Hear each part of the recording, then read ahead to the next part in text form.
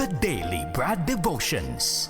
Today's reflection with Pastor Jeff Eliscopides. Brad Jeff, sa mga fans mo at mga nag-aabang sa'yo, opo, si Brad Jeff po talaga humingi po ng gantong oras na pasok, ha? Hindi tayo OT. Opo, Oo, kasi meron yata siyang pagmimisyon today. Okay, Brad, good morning.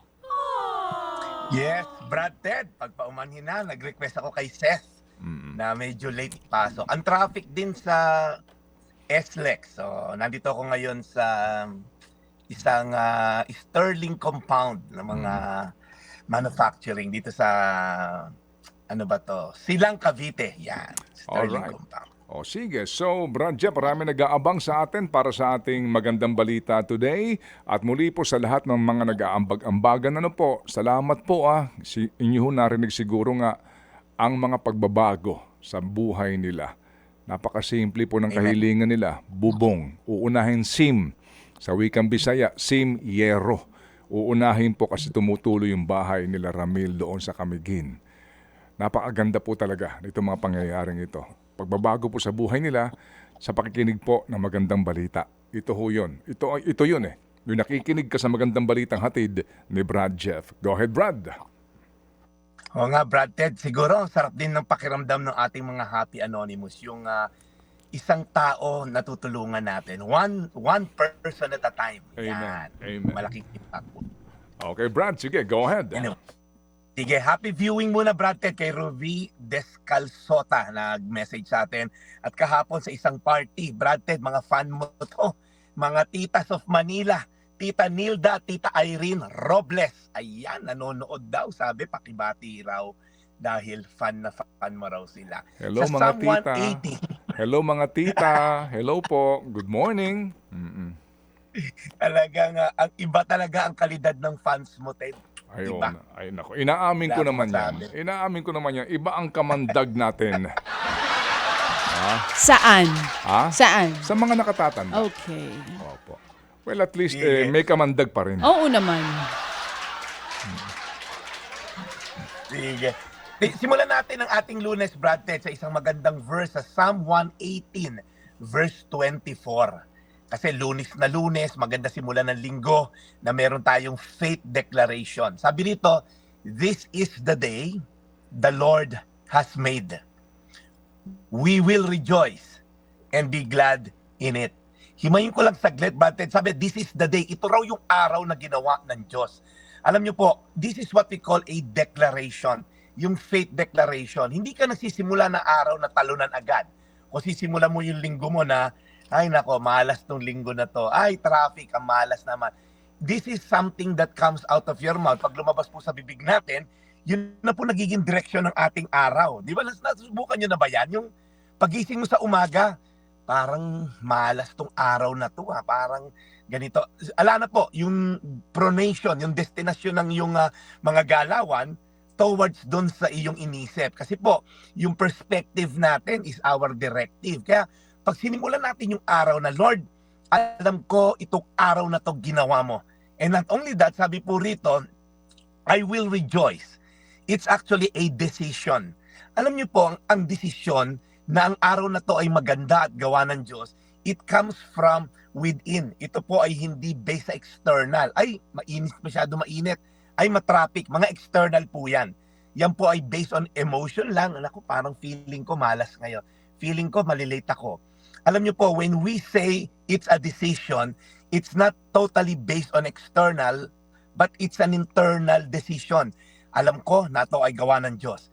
Madalas po, ang tao po ay masaya because of what's happening. Kaya po, happy, ano yung happening? Iba po yung joy. Joy is found from within.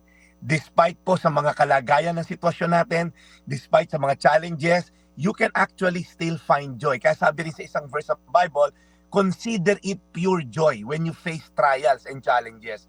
So may mga kina-counsel po ako, mga miyembro ng church namin, who's fighting cancer. And still, sinasabi nila, Pastor Jeff, pag ako'y nagising na sa umaga, may cancer pa rin ako.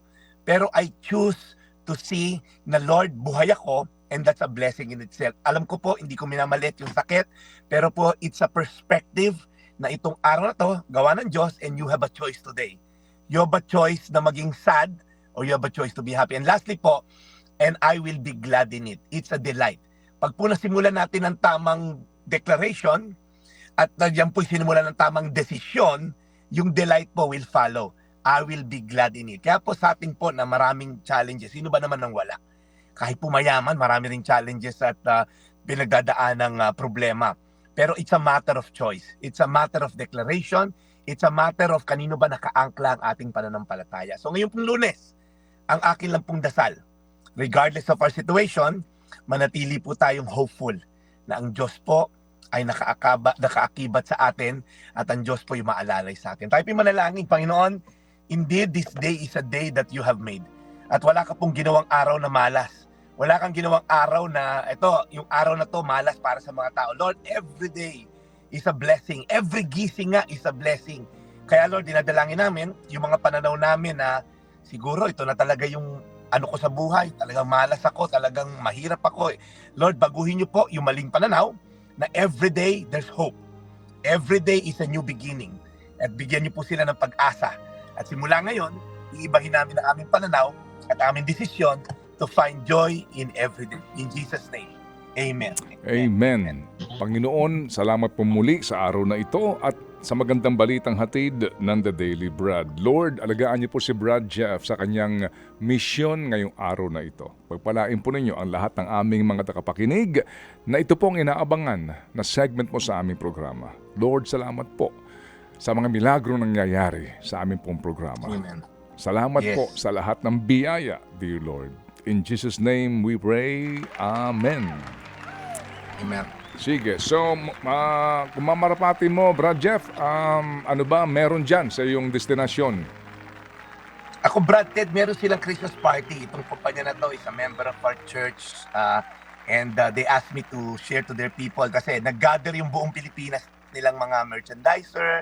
So itong heavenly product. So nasa isang lugar ako ngayon dito sa warehouse nila and everyone will be here all over the Philippines. So Oy. after na to, Brad Ted, ako naman ay pupunta sa BGC. Meron namang groundbreaking ng isang building doon. Sisimulang itayo. So ako naman ay magga-groundbreaking speech then and another Christmas party towards Okay. the end of the afternoon. So Okay. full day. Sige, so well, again, sabi nga natin kanina, God bless your mission. Brad Jeff, we'll catch you tomorrow. Thank you. Maraming salamat, Ted. Ito ang yung Daily Brad, your daily dose of inspiration. God bless po. Serving the people, Brad Jeff Eliscopides. Ted Filon at DJ Chacha. Ngayon, nasa Radyo 5, 92.3 News FM. Monday to Friday, 6 to 10 a.m.